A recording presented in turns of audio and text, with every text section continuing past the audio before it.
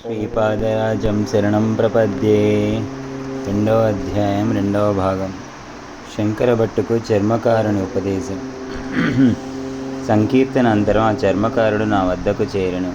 అతని కన్నులలో కరుణారసం పొంగి పొదలుచుండెను. అతని నేత్రద్వయం ఆత్మానుభూతిని సూచించినట్లుండెను. ఇతడు ఎవరైనా యోగి గాని కాదు గదా అని మనసున సందేహం చూపెను. అతడు నా వైపు చూచి ఇట్లు చెప్పసాగాను. అయ్యా, నా పేరు వల్లభదాసు. నేను చర్మకారుడనే, అంత్యజుడినే, సందేహం లేదు. అయితే నేను మీకు కొన్ని సంగతులు చెప్పదలిచినాను.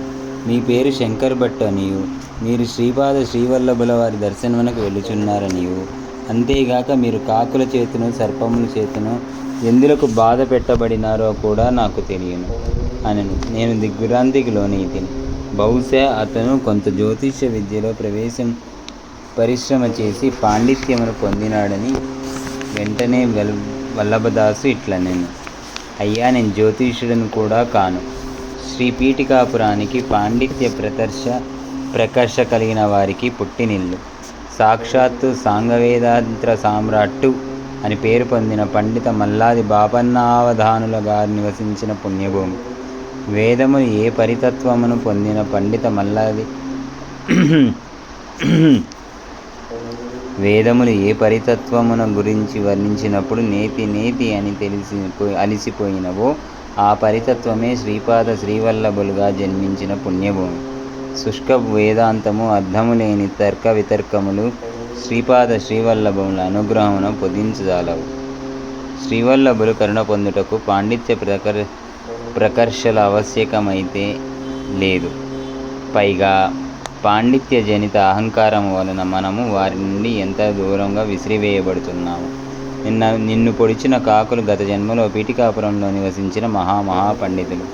వారు శ్రీవల్లభులు దివ్యతత్వమును గుర్తించలేక, వారిని దత్తప్రభువుగా గమనించలేక జీవితమంతయును వ్యర్థము గావించుకొనిది. వారు వేదమును తలక్రిందులుగా ఒప్పజెప్పగలరు, కానీ ఫలితమేమి? క్రమము, ఘట, జట, స్వాధ్యాయములు అను మాటలను పలుకుచు వారు తమ అహంకారమును ప్రదర్శించుకొని వారు చనిపోయిన తరువాత స్వర్గలోకమునకు పోయిరి. ఇంద్రుడు వారిని ఎంతగానో కొనియాడని. ఆహా, మీరు క్రమాంతులు, మీరు ఘనాపాటి, మీరు జటి, ఓహో, మీరు తర్కప్రవీణులు. ఎంతటి భాగ్యము! ఎన్ని వందల ఎన్ని వేల మార్లు వేదమును వల్య వేసి ఉండిరి. ఎంత పుణ్యము! ఆ సమస్తములైన వారులు వారిని ఎంతగానో పొగిడిరి. అయితే వారి ఆకలి నకనలాడింది. స్వర్గంలో అమృతం లభించును, దానివలన ఆకలి దప్పులుండవని వారి వినియుండేది. వారి బాధను ఎవరూ పట్టించుకొనకపోవటచే వారు దేవేంద్రుడినే స్వయంగా అడిగి దానిని ఇంద్రుడు ఇట్లు సమాధానం చెప్పాను. వేదం ప్రభువు యొక్క ఉచ్ఛ్వాస నిశ్వాస రూపం. ప్రభువు అనంతుడు, మరణరహితుడు. అందుచేత వేదములు కూడా అనంతములైనవి. సర్వధర్మములకును మూలము వేదములే. వేదపఠనము వలన మీరు ప్రభువును స్తుతించినట్లు దానికి ప్రతిఫలముగా దేవతలమైన మేము కూడా మిమ్మల్ని ఎంతగానో స్తుతించి ఉన్నాము. లేని ఎడల నా నుండి మీరు స్తుతింపబడట సాధ్యమా? ఎవరికైనా భోజనము కావాలనన్నా వారు ఇతరులకు భోజనం పెట్టి ఉండవలను. ఎవరైనా ఒక గింజను దానం చేయవలన ఎడల దేవతలమైన మేము దానిని 1000 గింజలుగా చేసి ప్రతిఫలముగా వారికి ఇవ్వగలవారు. అసలు మీరు దానమే చేయనప్పుడు మేమేమి చేయగలం? మీరు వేదోచ్చారణ చేసినందువలన అనంత ఫలం మీకు కలిగినది. కావున మీరు ఇంద్రలోకమున్నంత వరకును స్వేచ్ఛగా ఇందుండవచ్చు. తదుపరి మరొక లోకమునకు పోవచ్చును. ఈ రకముగా మీరు అనంతకాలం స్వేచ్ఛగా ఉండవచ్చు. ఇంద్రుని వచనమును విన్నవారు సంకట స్థితికి లోనయ్యారు. ఆకలి దప్పికలతో నిరాహారముగా అనంతకాలం జీవించి ఉండిన దుర్భరమైన శిక్ష అని వారికి తోచినది. ఇంద్రుడి మరల ఇట్లు పలికారు. మీరు పవిత్రమైన పాదగయ క్షేత్రం నందు నివసించుచు పితృదేవతలకు పిండోదకములు ఇచ్చినప్పుడు లబ్ధీకులు పెట్టునప్పుడును శ్రద్ధారహితముగా చేసిరి. మీరు ఎల్లప్పుడూ శ్రాద్ధకర్మలకు ఎంత ధనము ఖర్చయినది, ఎంతటి రుచికరములైన ఆహార పదార్థములు భుజించి ఉంటిమి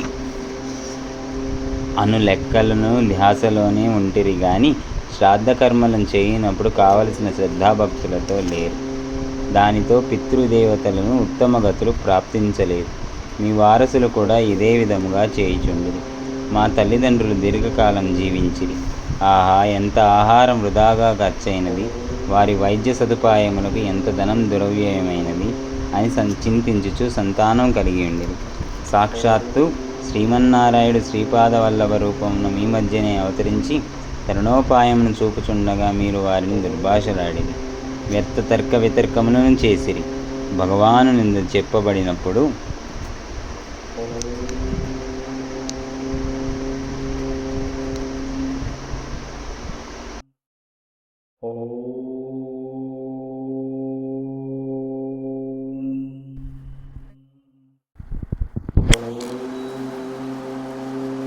ఆహా, ఎంత ఆహారం వృధాగా ఖర్చయినది, వారి వైద్య సదుపాయములకు ఎంత ధనం దుర్వ్యయమైనది అని చింతించుచు సంతానమును కలిగి ఉండేది. సాక్షాత్తు శ్రీమన్నారాయణుడు శ్రీపాద శ్రీవల్లభ రూపమున మీ మధ్యనే అవతరించి తరుణోపాయమును చూపుచుండగా సర్వంతర్యామిత్వము, సర్వజ్ఞత్వము, సర్వశక్తిత్వము వంటి అవతార లక్షణములన్నీ స్పష్టముగా వారిలో కల్పించుచున్నను శ్రీపాద శ్రీవల్లభులను దత్తావతారముగా గుర్తించలేని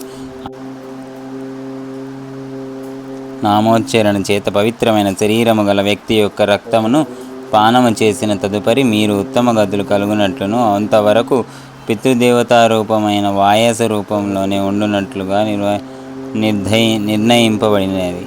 శంకరభట్టు ఆ కారణము చేతనే వారు కాకులుగా జన్మించి పూర్వపుణ్య వశమున నీ శరీరమండలి రుధిరమున పావనం చేసుకొని సద్గతిని పొందిరి అని శ్రీ వల్లభదాసు పలికెను. అంతటా నా ఎదురుగా ఉన్న వల్లభదాసు సాధారణ వ్యక్తి కాదనియు శ్రీపాద వల్లభుల కరుణ వారిపై సంపూర్ణముగా ఉందనియు నేను గుర్తించి తిని. నేను వల్లభదాసు ఇట్లు పలికెను, అయ్యా, మీరు శరీరం నుండి వచ్చు వాసన చేత ఆకర్షింపబడిన పాముల చేత మిమ్ము కాటు వేసిన తదుపరి సద్గతిని పొందినవి నేను. అయ్యా వల్లభదాసు మహాశయ, ఈ సంఘటన ఎందులకు జరగవలసి వచ్చినది? ఈ రకముగా నా శరీరం కాకులకును, సర్పములకును, ఇతరములైన జీవజంతువులకును ఆహారమును వినియోగపడినట్లయినా నాకు చాలా సంకటముగా ఉండును. ఎప్పుడు ఏ ప్రాణి నా మీద దాడి చేయునోనని చాలా భయముగా ఉన్నది అని అంటిని. అందుకు శ్రీవల్లభదాసు, అయ్యా, ఇదంతయ్యును శ్రీవల్లభుల వారి వినోదభరితమైన లీల. నీవు అటువంటి భయముని చెందవలదు. ఇక మీదట నీ ఎటువంటి ఉపద్రవములు జరగవు. ప్రాణములు వచ్చిన వానికే ప్రాణములను తీయు అధికారం కూడా ఉండును గనుక అటువంటి అధికారం భగవంతునికి తప్ప మరెవ్వరికీ ఉండదు. కానీ మీ పితృదేవతల్లోని కొందరు శ్మశాన కాళికా సాధన చేసి దాన్ని ఈష్టుల వలన వారిని ఎందరినో తమ మంత్ర ప్రభావంతో చంపియుండిరి. ఆ విధముగా కొందరి యొక్క అసహజ మరణముకు కారణములగుట వలన వారికి మహాపాపము కలిగినది. ఆ పాపవశమున వారు సర్వజన్మనెత్తినారు. అయితే శ్రీపాదుల వారి కరుణకు పొందిన నీవు వారి వంశంలో జన్మించడం వలన నీ రుధిరము వారికి కూడా కొంత సంబంధితమై ఉండును. ఆ స్వల్ప లక్షణ పుణ్యముల వలన ఈ సంఘటన జరిగి వారికి ఉత్తమ గతులు లభించినవి.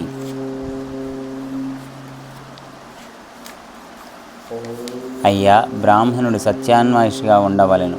క్షత్రియుడు ధర్మమునకు బద్ధుడై ఉండవలెను. వైశ్యుడు వ్యవసాయంబును, గోవులను రక్షించుట, క్రయ విక్రయాది కుశల వ్యవహారములను సలుపవలెను. కావున శాంతి స్వరూపుడై ఉండవలెను. శూద్రుడు ప్రేమస్వరూపుడై స్వేవలను సలపవలెను. అయితే భగవదనుగ్రహ ప్రాప్తికి జాతి, కుల, ధనిక, పేద అనెడు భేదమేమీయును లేదు. బ్రాహ్మణుడు క్షత్రియ ధర్మమును పాటించి రాజు కావచ్చును. క్షత్రియుడు బ్రాహ్మజ్ఞానమును అపేక్షించుచు బ్రాహ్మణ ధర్మమును అనుసరించవచ్చును. వైశ్యుడు కుసుమశ్రేష్ఠి క్షత్రియ ధర్మమును పాటించి రాజరికము చేయలేదా? శత్రువును చంపుట అనున్నది బ్రాహ్మణ ధర్మ ప్రకారం దోషమైనది. కానీ క్షత్రియ దర్శనం ప్రకారం విహితమైనది. నీవు బ్రాహ్మణుడవు, సత్యాన్వేషివి. కావున అహింసకు నీకు పరమధర్మము, కానీ కషాయవానికి మాత్రము కాదు. కావున మానవుడు చేయు కర్మల వలన ఫలితము సక్రమంగా ఉండవలెనన్న తాను ఏ కులమందు జన్మించినను తాను అనుసరించు ధర్మమునకు తగినట్లుగా కర్మలను సలుపుచుండవలెను. నీవు ప్రస్తుతం రోగగ్రస్తుడవు కనుక వైద్యుని వద్ద ఉండుట శ్రేయస్కరం విహితం. అందువలననే నీవు నా దగ్గరకు రప్పింపబడితివి. శ్రీపాద వల్లభులు మనల్ని ప్రతిక్షణం గమనిస్తూనే ఉంటారని తెలుసుకోవలసినది. నీవు చిన్నప్పుడు విష్ణుమూర్తి ధ్యాన శ్లోకమును పఠించుచు వినోదముగా నీ తోటి వారితో వదురుచుండెడివాడవు. శుక్లాంబరధరం విష్ణుం శశివర్ణం చతుర్భుజం ప్రసన్నవదనం ధ్యాయే సర్వవిఘ్నోపశాంతయే అను ఈ శ్లోకమునకు వినోదము కొరకు తప్పుడు అర్థమును చెప్పెడివాడు. శుక్లాంబరధరం అనగా తెల్ల బట్టలను ధరించున్నది అనియు, విష్ణుం అనగా అంతటా ఉండున్నది అనియు, శశివర్ణం అనగా బూడిద రంగుతో కూడినదనియు, చతుర్భుజం అనగా 4 కాళ్ళు కలిగినదనియు, ప్రసన్నవదనం అనగా ఓంద్ర పెట్టినప్పుడు ప్రసన్నమైన ముఖము కలగనదనియు, సర్వ విఘ్నములు శాంతించుటకు అటువంటి గాడిదను ధ్యానించుచున్నావు అని చెప్పేడివాడు. అయ్యా శంకరభట్టు, శ్రీ దత్తప్రభు బహు చమత్కారి. నీవు వినోదం కొరకు చేసిన తప్పుడు పనులను కూడా ప్రభు తన సన్నిధానంలో సరిదిద్దును. రజకులు వినోదం కొరకు చేసిన తప్పుడు పనులను కూడా ప్రభు తన సన్నిధానంలో సరిదిద్దును. రజకులు నిన్ను తమ గాడిద మీద నా వద్దకు తీసుకొని వచ్చిరి. అప్పుడు నీవు దుమ్ము ధూళితో బూడిద రంగులోనే ఉంటివి. నడవలేక ఒక్కొక్క పర్యాయం 2 చేతులు నేలు నడిచి వచ్చితివి. ఆ విధముగా నీవు సర్పముల బారి పడకుండా ఉండగలవని భావించి చతుర్భుజుడవై ఆయాసపడుచు మేడి చెట్టు వద్దకు వచ్చినను గండమును తప్పించుకొనలేకపోతివి. బాధతో విలవిల్లాడకపోయిన ఎడల నీవు ప్రసన్నవదనుడివే. ఆఖరికి నువ్వు చర్మకారుల పల్లెకు చేరబడితివి. నిన్ను ఈ రకమైన దురవస్థల పాలు చేయుటలో శ్రీ వల్లభుల వినోదములో పాటు నీకు గుణపాఠమును నేర్పి నీచ జన్మల నుండి వారికి అంతరికి అంత్యజుడైన నా చేత ఉపదేశమును వినడి పరిష్కారం వచ్చితివి. ఇప్పుడు నీవు ఇచ్చటనున్నావు. రేపు నీవు నీ సాటి కులస్థుల ఇంట ఉండవచ్చును. ఇప్పుడు జరిగిన ఈ సంఘటనను వారికి పొరపాటున కూడా చెప్పినను వారు నిన్ను తమ కులముల నుండి వెలివేయుదురు. శ్రీ వల్లభదాసుని హితబోధలో నాలోని బ్రాహ్మణ అహంకారం తగ్గినది. వల్లభదాసు అంత్యజుడన్న భావము పోయి అతడు కూడా నా రక్త సంబంధీకుడే అన్నంత సోదర ప్రేమ వానిపై నాకు కలిగినది. వల్లభదాసు ఆతిథ్యం స్వీకరించి 2-3 రోజులు గడిచిన తరువాత నేను ఆ ఊరి నుండి బయలుదేరితిని. శ్రీవల్లభుల అనుగ్రహ విశేషమును ఏమని వర్ణించగలను? నేను చిదంబరం చేరుటకు ముందు విచిత్రపురం పట్టణంలో విచిత్ర పరిస్థితులలో ఇరుక్కొని విచిత్రముగా బయటపడితిని. నేను విచిత్రపురం అను గ్రామం నుండి కాలినడకన పోవుచుండగా వినయ విధేయతలతో కూడిన రాజభటులు నన్ను సమీపించి, అయ్యా మీరు వైష్ణవులా శైవులా అని ప్రశ్నించిరి. మేము శివకేశవ భేదమును పాటించని స్మార్థులమనియు అయినను కాస్త శైవము వైపు మొగ్గు చూపెడి వారమనియు ఆదిశంకర దక్షిణామ్నియ పీఠమైన శృంగేరి అందరి శంకరాచార్యుల మాకు గురువులగుదరనియు నేను చెప్పి తిని. మీరు దయవుంచి మా రాజుగారి దగ్గరికి రావలసినదని వారు కోరి నేను వారిని అనుసరించి రాజదర్శనమునకు పోయి తిని. దారి మధ్యలో సంభాషణ వశమున నాకు కొన్ని విచిత్ర విషయములు తెలిసినవి. ఆ రోజు బ్రాహ్మణులు ఎవరైనా కనిపించిన ఎడల వారిని తన వద్దకు రమ్మని ఆహ్వానించి, అంతకు ఇంత అయితే ఇంతకు ఎంత అన్న ప్రశ్నను అడుగుచుంటిరి. దానికి సంతృప్తికరముగా ఎవరునూ సమాధానం చెప్పువారు లేకపోయేది. ఆ రాజునకు పుత్ర సంతానం కలుగవలెనని కొన్ని సంవత్సరములకు పూర్వం యజ్ఞము చేయించిరి. అదృష్టవశమున వానికి పుత్ర సంతానం కలిగినది. అయితే ఆనాటి నుండి బ్రాహ్మణులకు విచిత్రమైన కష్టములు ఎదురైనవి. దురదృష్టవశమున రాజునకు జన్మించిన కుమారుడు మూగవాడయ్యను. బ్రాహ్మణులు లోపభూయిష్టమైన యజ్ఞమును చేయుట వలననే తమ కుమారుడు మూగవాడేయనని రాజు అభిప్రాయపడెను. అందుచే ఆ రాజు శైవులైన బ్రాహ్మణులను నున్నగా గుండు గొరిగించి వైష్ణవ నామమును ముఖమున పెట్టించి గాడిదపై ఊరేగించెను. వైష్ణవులైన బ్రాహ్మణులను నున్నగా గుండు గొరిగించి విభూతి రేఖలు పెట్టించి గాడిదపై ఊరేగించెను. ఈ పరిస్థితి శైవులకును వైష్ణవులకును సంకటప్రాయమయ్యాను. రాజు ఉన్నట్లుండి వింతగా ప్రవర్తించసాగాను. బ్రాహ్మణులను పిలిచి తోటకూర దానం చేయసాగాను. సాగు భూమిలో అధిక విస్తీర్ణంలో తోటకూర పండించినట్లు ఆజ్ఞాపించాను. నుంకంలో భాగము తోటకూర రూపంలో వసూలు చేయబడుచున్నది. బండ్ల కొలది తోటకూర కోటలో జమ చేయబడుచుండెను. బ్రాహ్మణులకు తినలేనంత తోటకూర దానం చేయబడుచుండెను. అన్నం వండుకొని తినుటయు తక్కిన వంటకమును భుజించుటకు బ్రాహ్మణులు నిషేధింపబడిన. తోటకూరను వండుకొని తిన్న తర్వాత వారికి ఎప్పుడు అల్పాహారం కావలసినను పచ్చి తోటకూరను వండిన తోటకూరను తినవలసి వచ్చేది. బ్రాహ్మణులు మాత్రం ఏమి చేయగలరు? తర్కములో పండితులమనియు వేదాంతములో పండితులమనియు పురాణేతిహాసములలో పండితులమనియు విర్రవీగడి బ్రాహ్మణులందరూ కూడా తమ అహంకారమును విడిచి మౌనముగా తమ దురవస్థను బావుమని దైవమును దీనముగా ప్రార్థించుచుండిరి. బ్రాహ్మణులందరిలోనూ ఒక దత్తభక్తుడు దత్తోపాసకుడు ఉండెను. శ్రీ దత్తాత్రేయ స్మరణ మాత్రమున ప్రసన్నుడని తమ దురవస్థను ఆ శ్రీ ప్రభువే బాపగలననియు అతడు చెప్పెను. అందుచేత బ్రాహ్మణులందరూ మండల దీక్షను పూని శ్రీ దత్తాత్రేయుల వారిని ఆరాధించసాగిరి. తమ కుమారుడు మూగవాడగుట వలన మూగ భాషను ప్రోత్సహించవలనని ఆ రాజు తలచెను. ఆ రాజగురువును చూచి మూగ భాషపై గ్రంథమును రాయమని ఆదేశించాను. ఆ రాజగురువు గతంలో చాలా గర్విష్ఠిగా ఉండేవాడు. ప్రస్తుతం అతడు దయనీయమైన పరిస్థితిలో నుండి మూగ భాషపై విస్తృత పరిశోధనలు చేయసాగాడు. శంకరభట్టు మహారాజుల సంవాదం.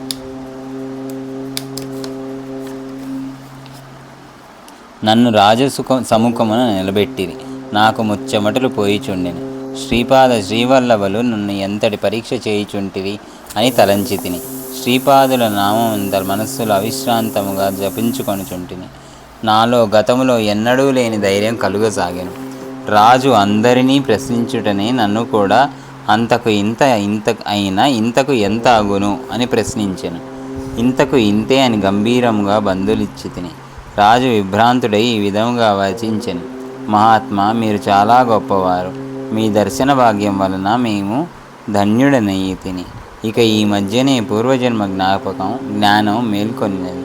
నేను గత జన్మలో బీదవాడినైన బ్రాహ్మణుడను. నా ఇంటిలో తోటకూరను పెంచుచుంటిని. అడిగిన వారికి లేదనకుండా తోటకూరను దానం చేసినవాడను. నా వంటి తోటకూర దానం పొందిన బ్రాహ్మణులు నాకంటే కూడా ధనికులు, అన్నపానమును లోటు లేనివారు. అబ్దీకములకు మాని వివాహములకు కానీ వారి తరపున నన్ను పంపినప్పుడు విశ్లేషముగా దక్షిణలు సంభావనలు వచ్చేటివి. శ్రమ నాది, ఫలితం వారిది అన్నట్టుగా ఉండేది.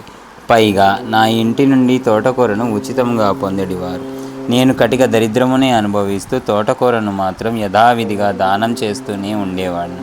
ఆ బ్రాహ్మణులు తోటకూర ఎంతో రుచిగా ఉన్నదనియు ప్రతిరోజు తినుట వలన హాని ఏమీ జరగదనియు చెప్పుచుండేది. కాలచక్రం గిర్రున తిరిగినది. పూర్వజన్మలో నేను కటిక దరిద్ర స్థితిలో ఉండి కూడా తోటకూర దానం చేయుట వలన ఈ జన్మలో దానం జన్మించి తిని. ఈ జన్మలో రాజుగా జన్మించి తిని. పూర్వజన్మలో నా వద్ద తోటకూర దానం పొందిన బ్రాహ్మణులు ఈ జన్మలో నా రాజ్యంలోని బ్రాహ్మణులుగా జన్మించిరి. ఈ విధముగా నేను వారికంటే ఎన్నో రెట్లు ధనవంతుడుగాను శ్రేష్ఠుడుగాను జన్మించి తిని. తోటకూర దానం చేయుట వలన రాజైతిని గదా, మరి ఇప్పుడు అప్పటికంటే ఎన్నో రెట్లు బండ్ల కొలది తోటకూర దానం చేయుచున్నాను. ఆ దానమును ప్రతిఫలంగా నేను పొందవో మహోన్నత స్థితి ఏమిటి అని ఈ వింత ప్రశ్నను ఈ దానమును ప్రతిఫలముగా నేను పొందబో మహోన్నత స్థితి ఏమిటి అని ఈ వింత ప్రశ్నను వేసితే దానికి మీరు మాత్రమే సరియైన సమాధానం చెప్పితిరి అని ముగించాను. అంతట నేను, రాజా, పూర్వజన్మలోని పరిస్థితుల దృష్ట్యా మీ వద్దనున్న తోటకూర ఎంత విలువైనది. అయితే ప్రస్తుతం మీరున్న అత్యున్నత స్థితి దృష్ట్యా ఆ తోటకూర అత్యల్పమైనది. మణులు, రత్నములు, బంగారము వంటి దానము ఇయ్యదగిన ఈ స్థితిలో మీరు తోటకూర ఎంత దానం చేసినను అందుకు 100 రెట్లు తోటకూర మీకు లభించును గాని అంతకంటే మరేమీ రాదు అని అంటిరి. నా మాటలకు రాజు ఎంతో సంతోషించెను. నేను యథాలాపముగా ఇచ్చిన జవాబునకు రాజు తన స్వీయ పూర్వజన్మ కారణము తెలుపుట నా మనస్సునకు ఊరట కలిగించింది. శ్రీచరణులు కృపా విశేషమున గాడిదను అధిరోహించడి గండము తప్పినదని భావించి తిని. శుక్లాం వరదరం విష్ణు అను పవిత్రత శ్లోకమును తప్పుడు అర్థం వినోదం కోసం చిన్నప్పుడు చెప్పిన దానికి ఇదివరకే గాడిదను అధిరోహించటకు జరిగినది. ఇప్పుడు చాలా అవమానకర పరిస్థితిలో గాడిదనెక్కేయడానికి గుండెను తప్పించినందుకు శ్రీపాదుల వారికి నా మనస్సులోనే నమస్సులు అర్పించి తిని. ఇంకా 2వ పరీక్ష ప్రారంభమయ్యాను. రారాజునకు అత్యంత ప్రియమైన మూగ భాషలో పరీక్ష మొదలయ్యాను. రాజగురువులు నన్ను పరీక్షించటకు మొదలెడేది. రాజగురువులు తమ వేలకు చూపుతూ 1 2 అని సైగలతో ప్రశ్నించి, నిన్ను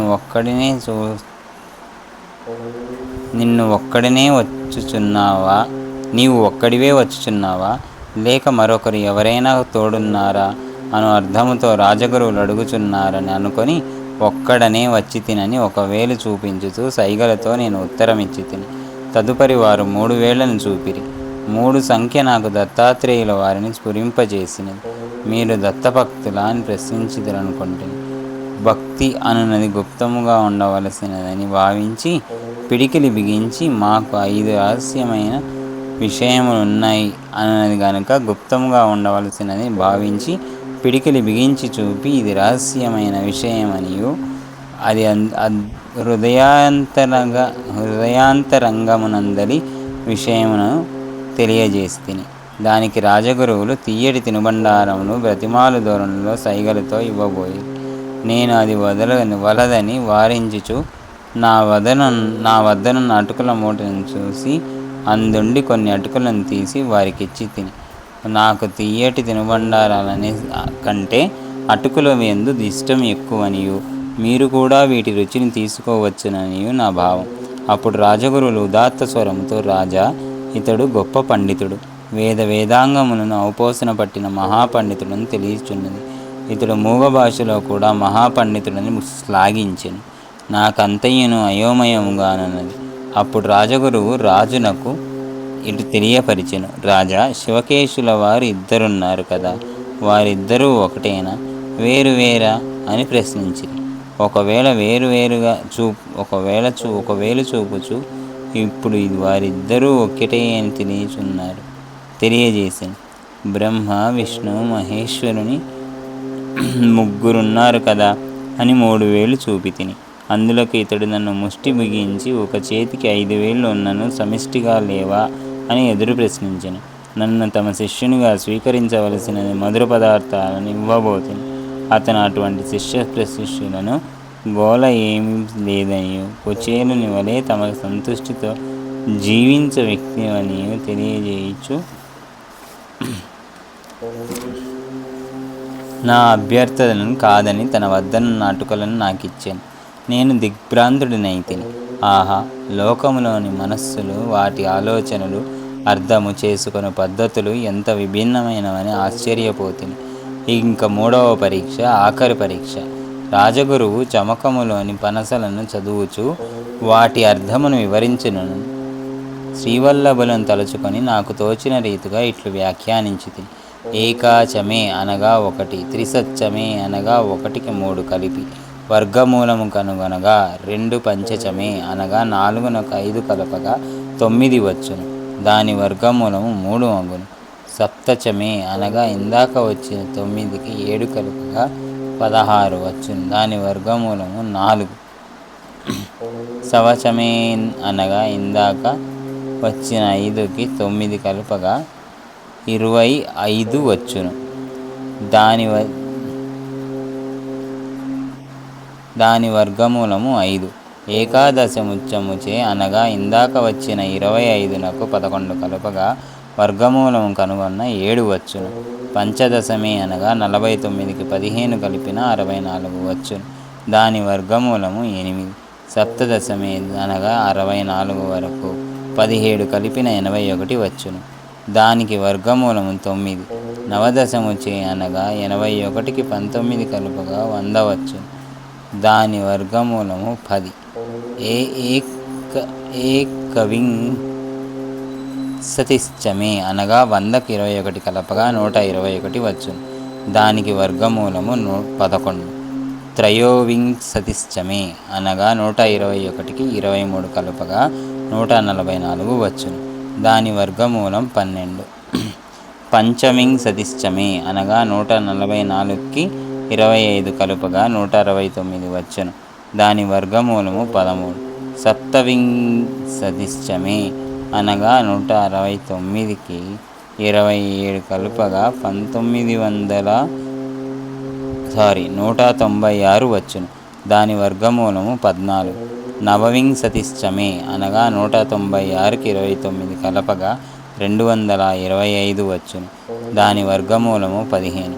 ఇలా చెప్పుకొనుటూ పోవుగా 400 వచ్చును. దాని వర్గమూలం 20. అయితే నా వ్యాఖ్యానం సభలోని పండితులను ఎంతగానో అలరించినది. నా వ్యాఖ్యానం నాకే ఆశ్చర్యముగా తోచినది. మరలా లేనిట్లు వచించి తిని. ఇది ఎంతయును పరమాణువుల యొక్క రహస్యం. ఇది కానాదమర్షికి తెలియను. పరమాణువులు సూక్ష్మ కణములు సంఖ్యాభేదమును బట్టి వివిధ ధాతువులు ఏర్పడు. శ్రీవాద శ్రీవల్లభులు కృపా విశేషము వలన పై విధముగా నేను విచిత్రపురం నుండి విచిత్రముగా బయటపడి తిని. శ్రీపాద శ్రీవల్లభులకు జయము జయము. జై బోలో శ్రీపాద శ్రీవల్లభాయ నమః. జై.